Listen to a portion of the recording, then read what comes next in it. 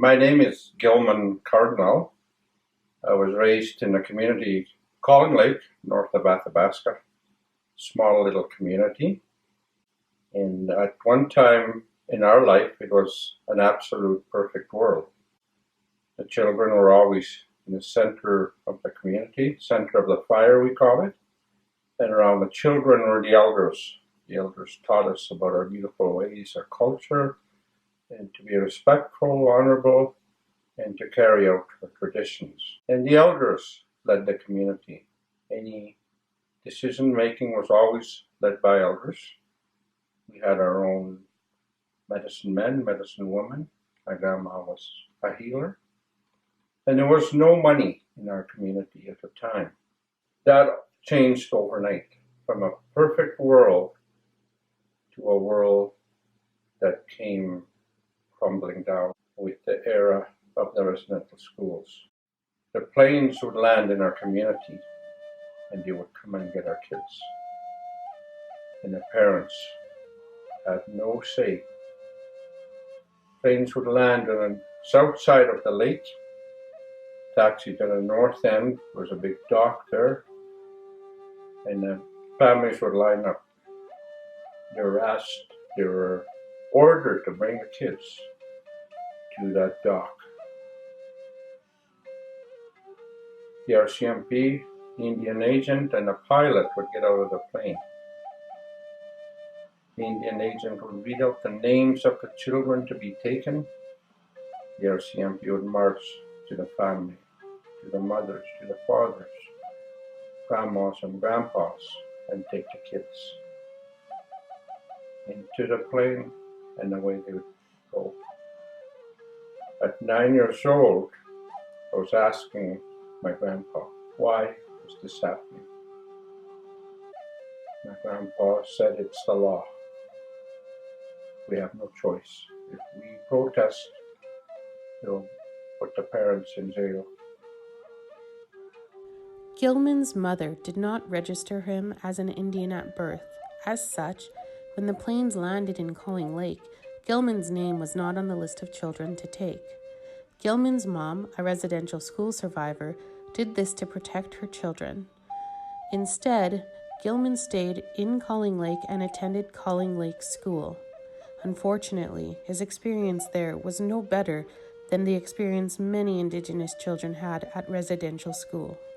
We were treated like we were in residential school when we went to school. It was a regular school run by Mennonites, and I got a licking every day almost. Just saying one word in Cree. We didn't know any language, any other culture. We were treated like we were in residential school.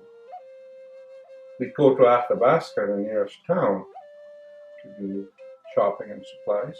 All the stores had signs in front, and I could still see those signs. No Indians or dogs. And, I made a vow at 9 years old that I would work the rest of my life to help make change.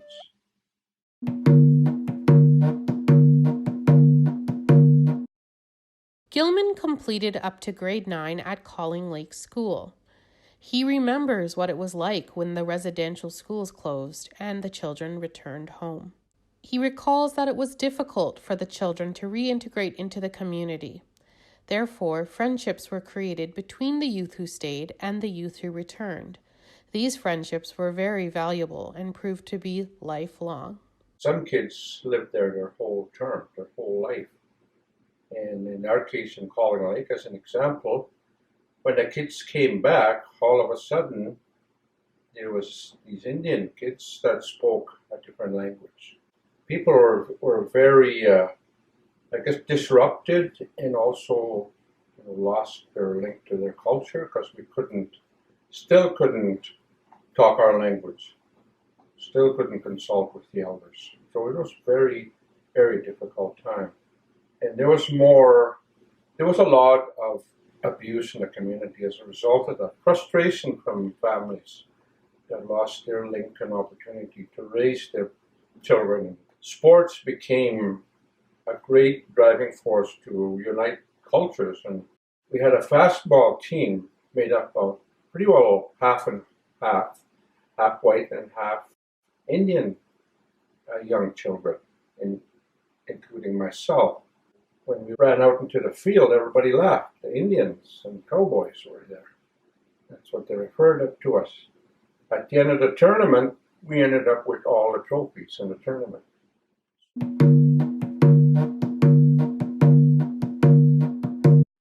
Mom's advice to me was, son, when you're able to get a job with the government. And they'll teach you all you need to learn, get all the skills you need. And either you can come back and work in our community and empower our young people, or you can teach others about our beautiful ways.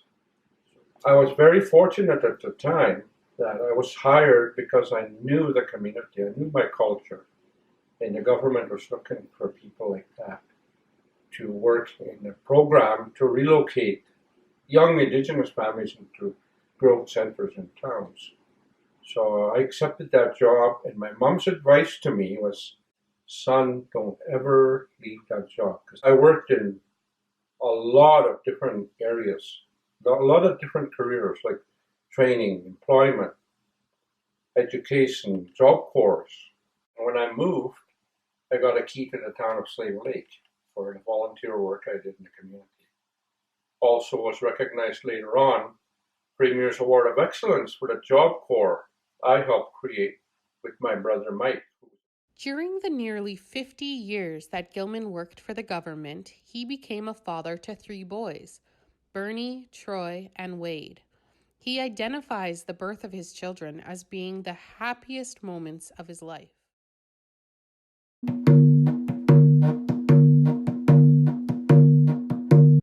Last Christmas, my 10-year-old grandson, Landon, asked me almost the same questions I asked my grandpa. Why did they try to take our culture away? Landon, I said to my grandson, do you like the way we teach about our beautiful culture? How you help Grandpa with ceremony, and we mix it with all cultures? He said, yes, Grandpa, beautiful. I said, we can do that now. In the past, we couldn't. And today I walk in 2 worlds, the Western way and the Indigenous way. I'm so proud to be able to do that. It's estimated that it'll take 7 generations of healing the impacts of residential school.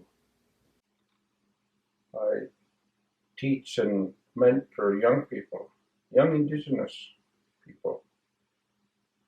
Go to school, get a job, train, and everything will fall in place.